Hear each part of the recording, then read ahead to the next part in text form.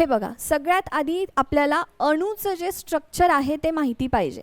एक जो ॲटम असतो, हा समजा ॲटम आहे, खूप छोटा असतो, एवढा मोठा तर नसतो, पण त्या ॲटममध्ये एक न्यूक्लियस असतो, म्हणजे केंद्रक असतो. ठीक आहे, हा काय आहे, आपला अणू आहे, ॲटम आहे.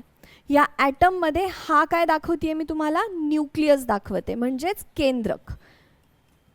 आता ह्या केंद्रकापासून, या न्यूक्लियसपासून आपण जी एनर्जी बनवतो, एनर्जी म्हणजे काय, आपण तिचं मग तिचे ॲटम बॉम्ब्स बनवू शकतो, विद्युत निर्मिती करू शकतो, काहीही प्रकारची एनर्जी ह्या एका अणूपासून आपण बनवू शकतो. हे जे न्यूक्लियस आहे ना, याच्यामध्ये दोन गोष्टी असतात. लक्षात ठेवा, MPSC मध्ये दरवर्षी तुम्हाला क्वेश्चन येतो. पहिली गोष्ट असते प्रोटॉन आणि दुसरी गोष्ट असते ती न्यूट्रॉन. हे कशात आहे, केंद्रकामध्ये आहे. केंद्रक, आपण अणूची जी पूर्ण रचना आहे ती बघत आहोत.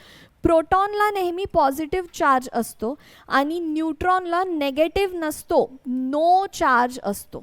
ठीक आहे, लक्षात कसं ठेवायचं, पी आणि पी पॉझिटिव्ह, पॉझिटिव्हचं पी, प्रोटॉनचं पी, पी फॉर पॉझिटिव्ह, आणि न्यूट्रॉनचं नेगेटिव्ह म्हणून लक्षात नका घेऊ, नो चार्ज म्हणून लक्षात घ्या. त्याच्यावर पॉझिटिव्ह पण चार्ज नाही आहे, नेगेटिव्ह पण चार्ज नाही आहे. ठीक आहे, आणि त्यानंतर ह्या केंद्रकाच्या बाजूला इलेक्ट्रॉन्स असतात आणि हे इलेक्ट्रॉन्स जे असतात ते नेगेटिव्ह चार्जचे असतात. चार्ज कोणाला कोणता असतो, हाच MPSC मध्ये किंवा सरळ सेवेमध्ये, TET मध्ये, सगळ्या याच्यामध्ये हेच क्वेश्चन्स येतात, अगदी UPSC मध्ये पण.